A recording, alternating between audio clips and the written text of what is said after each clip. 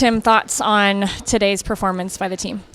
Well, I said to the team before, if someone would have offered us the opportunity to get into the playoffs, and if we win, we're in, we would have taken it. We put ourselves in a great position. A much lesser team would have crumbled in May or July, and I'm proud of this group. I'm proud to end my career with this group.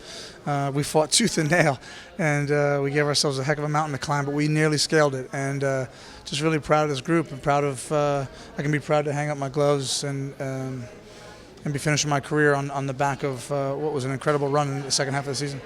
How important was that goal by Kai Kamara going into halftime, and how much did it change what you guys were able to do in the second half? Yeah, it just gave us that small bit of life that we needed.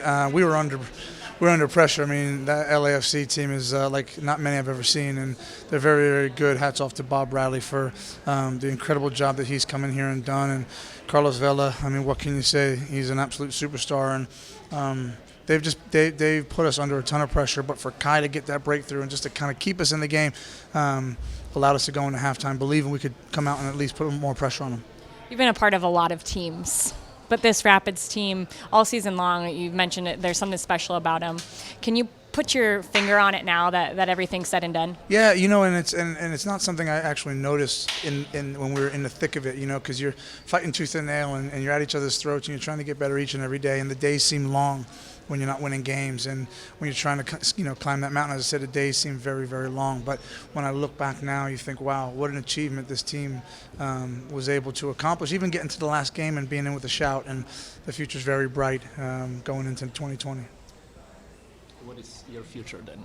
My future, I'm going to take some time to relax, drink some good whiskey and hang out with my kids and, just enjoy life. I'll get back to working pretty soon, but right now I'm just going to relax. What was the feeling? Was it stressful for you to play the last game, or was there kind of a regret that it's ending and maybe you might reconsider? I have a lot of regrets, probably too few to mention, and I feel good about the decision. Yes, it's sadness and happiness, and there's a lot of emotions. But it's definitely it's the time to walk away, and I'm very happy with that. Mm-hmm. Working as a broadcaster, if you look at Gigi Buffon playing still pushing 42, was there a moment like I can do the same? Well, I would never dare mention myself in the same breath as Gigi Buffon. He's the greatest. So he's Superman and God and all those things wrapped into one. So I can't quite get there. How do you enjoy broadcasting, working for TV? I love broadcasting. It's something that excites me, and being an owner excites me. So, that's where my future lies. Yeah. Tim, you had 7 games under Coach Robin Fraser, and you know that this is really where the work starts to happen, right, in off-season. What excites you about what he could potentially do with this squad?